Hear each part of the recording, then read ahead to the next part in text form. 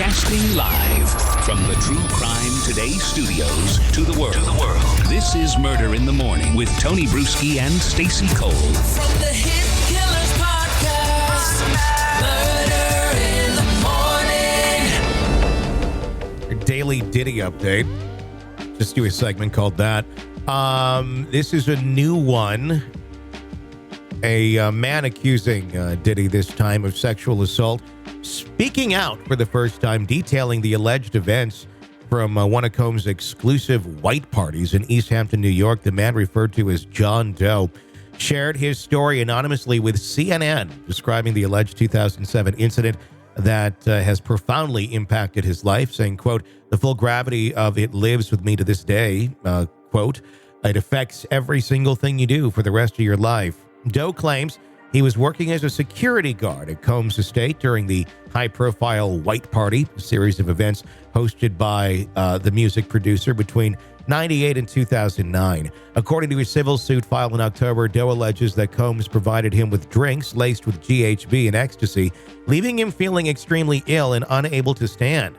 He recounted to CNN that after consuming the second drink, he initially believed Combs was expressing concern for his well-being. However, he claims Combs pushed him into a stationary SUV and assaulted him. The two drinks felt more like 15, he said.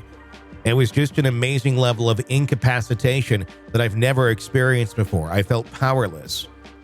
And now the graphic content warning. If that wasn't enough for you. Doe described the alleged assault as incredibly painful and said he was screaming during the incident. He added, "It was abusive beyond belief." The lawsuit also claims a well-known celebrity witnessed the assault and reacted with amusement, though Doe did not name the individual. In the aftermath of the alleged attack, Doe reported the incident to his supervisor at the security firm. He claims the supervisor promised to address the matter with Combs, but that he was subsequently blacklisted then from the company. The lawsuit seeks compensatory damages and punitive damages for the alleged assault, which Doe says has affected his personal and professional life. Quote, "It impacts everything, including my relationships," he said. When questioned by CNN, several discrepancies in Doe's story were noted. The lawsuit originally stated the assault occurred in 2006, but Doe later said it was in 2007. Additionally, while Doe told CNN the incident affected his marriage, the lawsuit claims he was never married. Doe's attorney attributed the errors to a rush to file the complaint and has since amended it with the court. Combs' representative declined to comment on the allegations when approached by CNN. The Daily Beast also reached out for a statement, but is yet to receive a response. The accusations come as, of course, Diddy facing increased scrutiny over the allegations of sexual misconduct and abuse, with multiple lawsuits and claims continuing to surface. I'm looking at that area. The discrepancies stated these. I guess you could mix up a year. I don't know. Maybe. Yeah. That would be easy enough to do, especially that long ago. Yeah, I couldn't say it from that perspective, though. I can't say I had any traumatic, assault or anything on myself in any of ever. I mean, or years like back then. I don't know if I would remember the year more or not, but I can't say another person wouldn't think about it differently either. So, I could see there being a little mix up there. It's very close.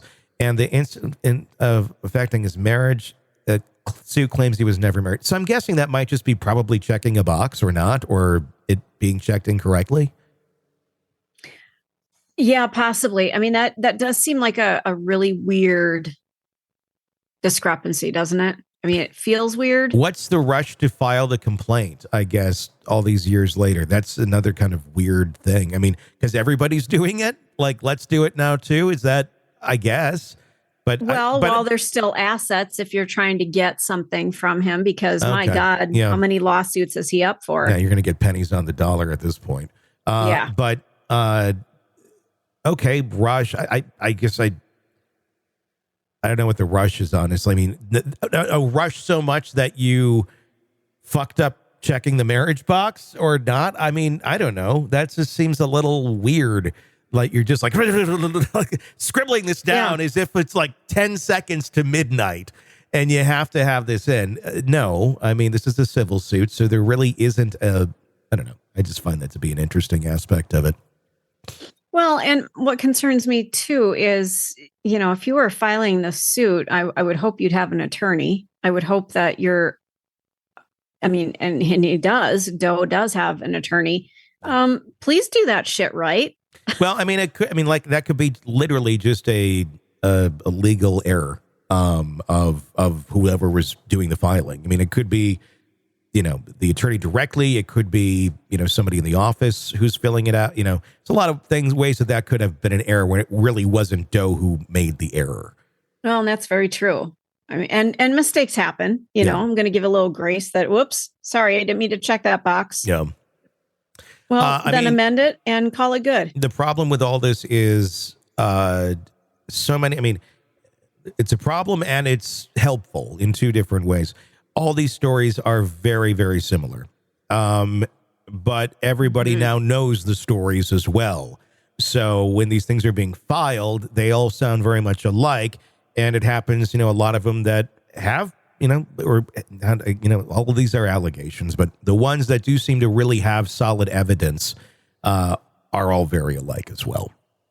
So, well, and at this point, we're seeing trends. We're not hearing about him doing other things. They all have just this thread of commonality going through them. They involve sexual assault. They involve people being drugged against their will.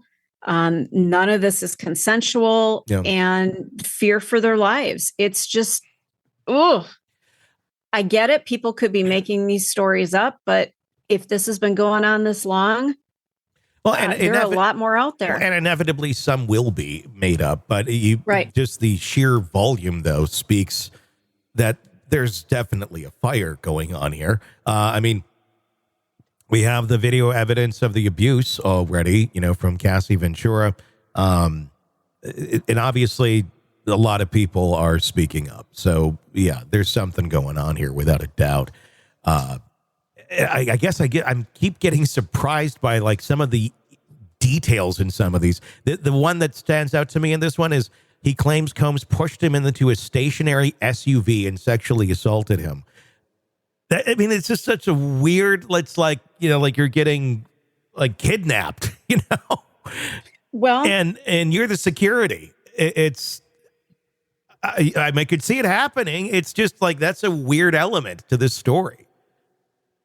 It is a weird element, but it also, to me, doesn't sound surprising. This is a guy who allegedly put shit into baby oil. I mean, he thought everything through. It wasn't just, I'm going to put some roofies in somebody's drink. It's, how can I make this even worse than, anybody's imagination? And if let's take it up a few levels. And he's got this, if he has this mindset and he's hyped up on drugs and shit too, and he thinks I'm just going to do this right now because he's, this insanely, just crazy, like masculine, I'm going to do anything I want, level, like barbaric. Yeah, I guess I could see it. It's just, wow. Wow. Yeah. I mean, when this came out, we were shocked and surprised. Now, every time I get an update on my news feed, I go, okay. I know. I'm not surprised anymore. It's just, it's the ultimate behind the music. I mean, we used to watch, there used to be a show on VH1 called Behind the Music. I don't think it exists anymore. If it does, it's not the same thing. And it was on like all the time. It was like every week there was a new episode, and there was, looking back on the years of artists when they're very popular, and then kind of seeing what was going on behind the scenes. And there was always like some tribulation or something that was very dramatic and some scandals and stuff. Holy shit. I mean, so this is like now watching it in real time of like the Diddy behind the music. And you're just thinking of all these years where his image was something so tremendously different. And it's like, holy shit, like what a fucking monster. But then look at the other folks too. Look at Bill Cosby. Look at so many other people that were looked at as, heroes in entertainment or whatever it may be. and just what kind of crazy freaking monsters they were. Well, and that's the part that just is astounding. You know, like you said, it's almost like behind the music, but after dark, you know? Yeah, I mean, this is the worst. That makes you, I mean, does make you wonder about all sorts of people in power and all sorts of celebrity and all that. Because it's not, I mean, celebrity is celebrity. That's a very small percentage of people who are rich. It's people I think all the time think, oh, celebrity rich, that's all there is everybody who's rich is a celebrity. It's not. And then those are the ones that are even more, I think, dark and creepy because they have more of a veil of being hidden and nobody's following them around. But I think some of these, you know, you dig in and you start hearing this shit. I'm sorry. How do you not know that some of these people are doing this shit when you're really close to them? And like other individuals, you know, that we've been hearing about. And I'm not saying that Jay-Z knew anything that was going on. I think that's, you know, that needs to be litigated and looked at.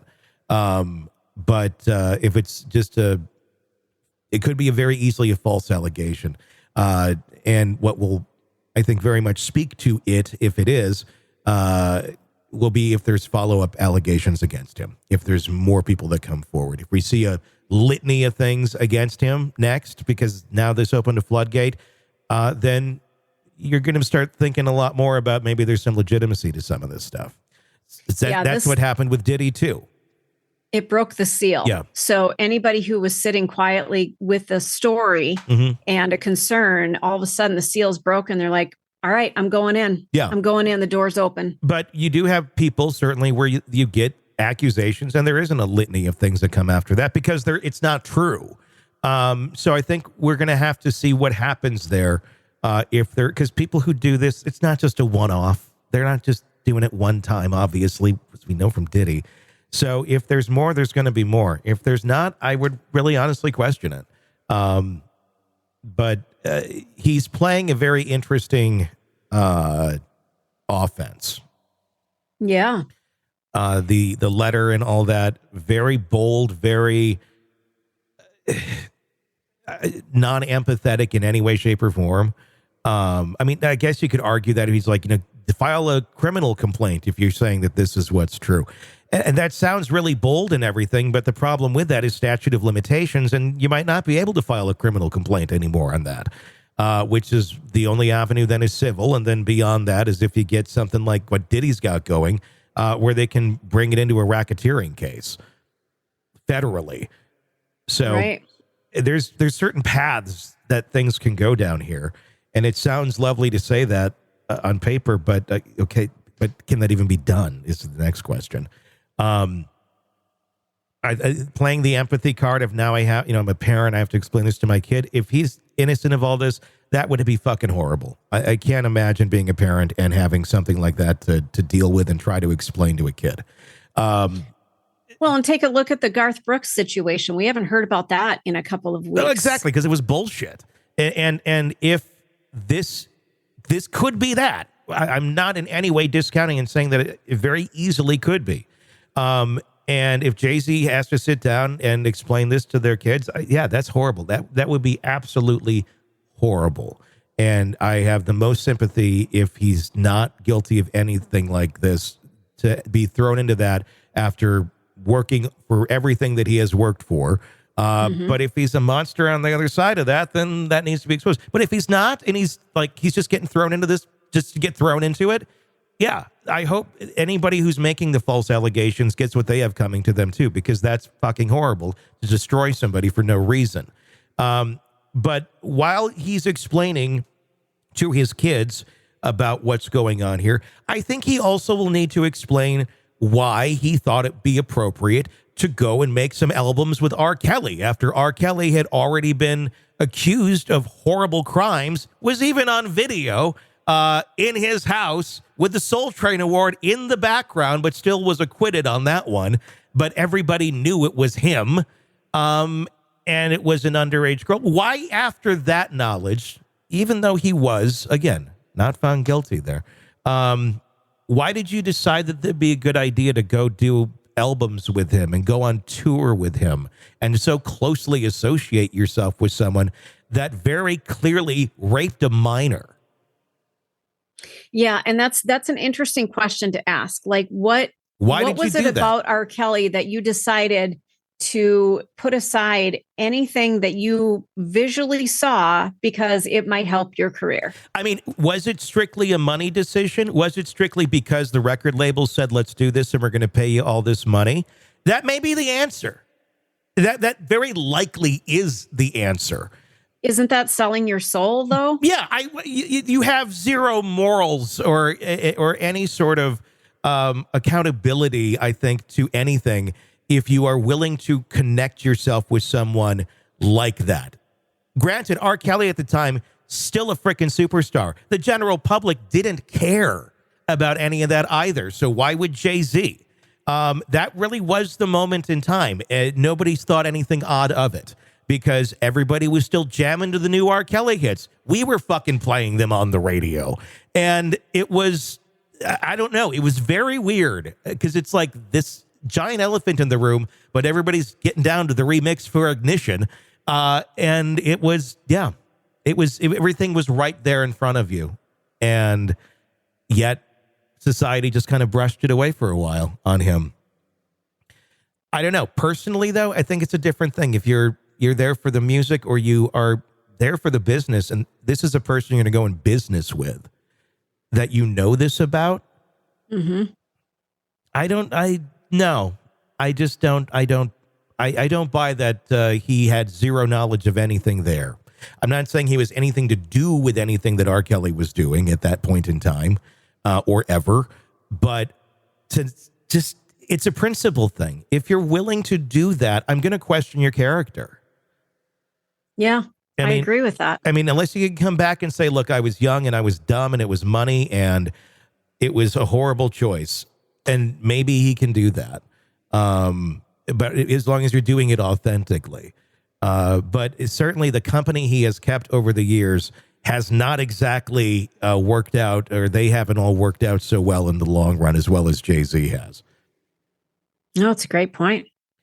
So, I mean, inevitably, though, too, look at it from another standpoint. All of the people in that industry, in that sphere, they all have interacted. They've all had some sort of thing that doesn't make that they're all in this together or have anything to do with other things. But you got to look at the proximity on some of these folks. And I think the closer you are to somebody, probably the more you know. Well, it makes you question, take a look at your other coworkers. Who are you working with? Yeah. What secrets are hiding in their closet that, do you know about it? Do you have inklings? I mean, we've all worked, especially, Tony, you and I have worked with people that it's like we had an idea that there is some shit in their background. And I'll be darned if we weren't right. Oh, completely. Yeah. Yeah. I mean, I've been able to hide from Stacy for 20 some years that I dress as a ballerina every single day. Tony, I've always known this about you. And you fill it out really well. And I only wear ballerina shoes, and it hurts your feet eventually, but I haven't said anything about it. And I've tried to be kind and tell you that you should just wear teaks, those ballet flats. They're way better, and you just won't listen to me. So not my problem. But look how long I've hidden that. So anything's possible, but yeah, I mean, it's just fucking, I don't know. He could be completely, honestly, just wrong place, wrong time, did everything for money, didn't fucking give a shit who he interacted with. And, ends up being a victim to part of this too, just because he was at the wrong place at the wrong time. I'm not saying that wrong place at wrong time is raping her. I'm saying he was just maybe at that party, had nothing to do with any of this, but is being named. Okay. Yeah, I agree. And just have been surrounding himself with these types of people. I don't know. I don't think anyone does, but it will be interesting. Time is going to tell a lot of things. You're neck deep in a dark, twisted tale. And just as the tension peaks, bam, a commercial about some miracle diet pill breaks the spell. It's like finding a fly in your soup after the first bite. But here's the fix. True Crime Today Premium Plus on Apple Podcasts. You get to enjoy your crime stories without the junk. Ad-free episodes, extended interviews that go beyond the surface, and early access to all the gruesome details. It's like swapping out a can of cheap beer for a glass of fine whiskey. So search for True Crime Today Premium Plus on Apple Podcasts. Subscribe and keep the darkness flowing uninterrupted.